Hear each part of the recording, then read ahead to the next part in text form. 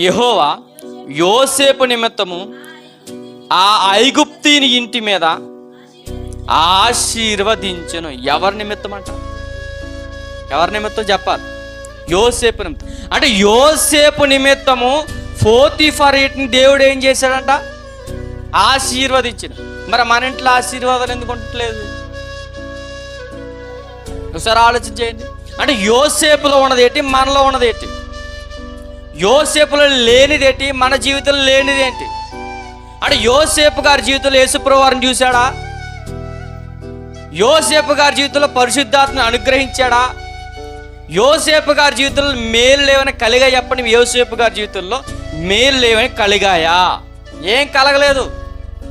మరి మన జీవితంలో యేసుప్రభువు వారి గురించి తెలుసు, పరిశుద్ధాత్మను అనుగ్రహింప ఏటో తెలుసు, మేలు అంటే ఏటో విషయాలు తెలుసు. మనం ఏమైనా చెరలోకి పోయామా?